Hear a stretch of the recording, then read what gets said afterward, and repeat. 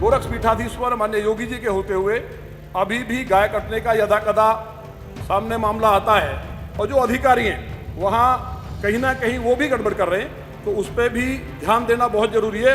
एक high court batch के लिए लगातार वहाँ आंदोलन होता है, सैटरडे और संडे, सैटरडे काम बंद रखते हैं वहाँ के एडवोकेट। तो जो हमारा हाई कोर्ट इलाहाबाद है वहाँ से इतना दूर पड़ता है जितना कि लाहौर।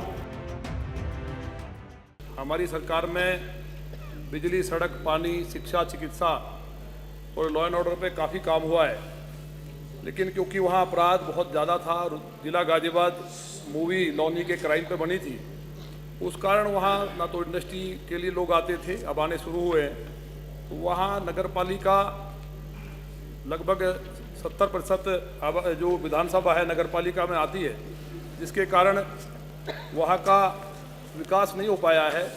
तो नगर पालिका को अगर नगर निगम बना दिया जाए, मानक के अनुसार भी वहाँ 2011 की जनगणना के अनुसार भी 5,11,000 वहाँ की आबादी है, तो वहाँ का विकास हो पाएगा। हालांकि वहाँ पहले पूर्व की सरकारों ने कुछ नहीं किया, केवल अपराध दिया था, जिससे वहाँ एक भी 12वीं का स्कूल तक नहीं था। आज वहाँ स्कूल हैं, ITI है, डिग्री कॉलेज, हॉस्पिटल, सभी कार्य हुए हैं, लेकिन अभी वहाँ सड़कों का, जल निकासी का बहुत बड़ा काम करने की ज़रूरत है। एक जो मेट्रो है वहाँ आवास विकास की एक बड़ी योजना है, उसको भी डेवलप करने के लिए, और दिल्ली से बिल्कुल सटी हुई है, इसलिए दिल्ली का हमारा गौतम बुद्ध नगर और गाजियाबाद के दोनों हिस्से बहुत अच्छी तरह से डेवलप हुए हैं, लेकिन लौनी पे ध्यान नहीं दिया गया। अभी माननीय प्रधानमंत्री जी के आशीर्वाद से वो जो दिल्ली से देहरादून एक्सप्रेस वे बना है, उसके कारण काफ़ी उम्मीदें जगी हैं। तो वहाँ मेट्रो का विस्तार मंडौला तक कर दिया जाए। इसके साथ साथ जल निकासी पे वहाँ एक स्पेशल पैकेज की आवश्यकता है, उसको देना बहुत ज़रूरी है, जिससे कि वहाँ का जो जल निकासी का, क्योंकि लो लैंड ग्राउंड है में बसी हुई लौनी है, जिससे वहाँ बारिश होते ही जल भराव हो जाता है। इसके अलावा लौनी में एक नहर है जो पूर्वी यमुना नहर बहता, वो गहरे गड्ढे हैं, उस पर PWD द्वारा अभी जियो जारी होने की उम्मीद है, उसका पक्का होना और उस रोड का बनना बहुत ज़रूरी है। एक जो मेन मार्ग है दिल्ली सहारनपुर, वो राज्य और केंद्र के बीच में फंसा हुआ है, जिसके कारण लगभग 6 किलोमीटर का हिस्सा प्रभावित है और उसमें काफ़ी करप्शन भी हुआ है, जिसकी जांच भी होनी जरूरी है और वो बनना बहुत आवश्यक है। इसके साथ ही जो CHC है वो PHC को CHC जो चिरौड़ी की करना जरूरी है। एक एजुकेशन के लिए, देहात क्षेत्र के लिए एक डिग्री कॉलेज सिरौली गांव में एक ज़मीन पड़ी है सिंचाई विभाग की, जिसका कोई यूज नहीं है, उस पर बनना जरूरी है। मीरपुर गांव में भी लैंड हमारे पास है, उस पर एक मेडिकल कॉलेज जो हम लोग प्रति डिस्ट्रिक्ट बना रहे हैं, उसमें बनना जरूरी है, क्योंकि बागपत में भी कोई मेडिकल कॉलेज नहीं है और गाजियाबाद में भी नहीं है।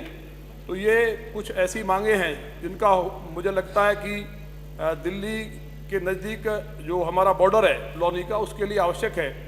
इसके साथ ही 2-3 महत्वपूर्ण मुद्दे हैं जो पश्चिमी उत्तर प्रदेश के लिए बहुत ज़रूरी है। एक हाई कोर्ट बैच के लिए लगातार वहाँ आंदोलन होता है, सैटरडे और संडे, सैटरडे काम बंद रखते हैं वहाँ के एडवोकेट।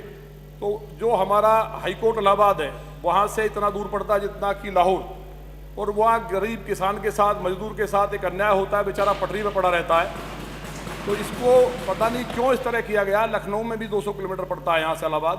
तो पश्चिमी उत्तर प्रदेश में कहीं भी, या तो गौतम बुद्ध नगर में हो जाए, आगरा हो जाए या मेरठ में हो जाए, ये बहुत बड़ी आवश्यकता है। दूसरी बात, पश्चिमी उत्तर प्रदेश महाभारत और रामायण दोनों से जुड़ा हुआ है। सब जगह धार्मिक स्थलों को डेवलप किया गया, लेकिन या तो महाभारत सर्किट के नाम से कोई ना कोई सर्किट बनना चाहिए, जिससे कि जो हमारे महाभारत कालीन जो जितने भी स्थान हैं वो लुप्त ना हो जाएं। और एक वहाँ पूरा महादेव स्थान है जहाँ पे प्रतिवर्ष लगभग 30 लाख से ज़्यादा कावड़ चढ़ती हैं, उस स्थान को डेवलप करना चाहिए। वहाँ से त्रिपुरासुर राक्षस को भगवान देवादिदेव महादेव ने वहाँ से ही उसका वध किया था, तभी त्रिपुरारी कहलाए। तो उसके लिए बहुत ज़रूरी है कि वहाँ का डेवलपमेंट हो, क्योंकि ब्रज क्षेत्र में तो कई ऐसे टूरिस्ट स्थल हैं जहाँ लोग डेवलप करने पर ध्यान दिया गया है, लेकिन जो पश्चिम क्षेत्र है वहाँ ऐसा कोई भी स्थान नहीं है।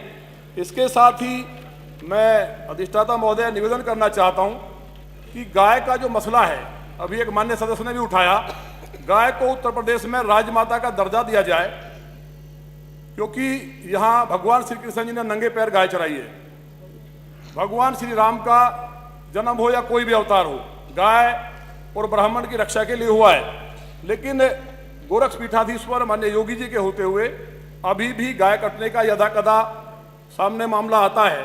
और गाय का महत्व इतना बड़ा है, वो इतना बड़ा मामला है गाय का, कि मोहम्मद साहब ने भी गाय के दूध को सिफा अपनी बेगम आयशा को हदीस में स्पष्ट लिखा है, और उसके दूध को सिफा और उसकी रक्षा करने की बात कही है, जिससे माहौल भी नहीं बिगड़ेगा।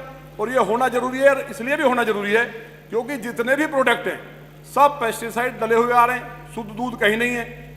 मैं इंजीनियरिंग का स्टूडेंट था, उस टाइम मैंने एक इंडस्ट्री का दौरा किया तो वह दूध में यूरिया की बोरी खुली हुई थी। तो इस तरह से जो दूध हम लोग पी रहे हैं वो कैंसर का कारक है।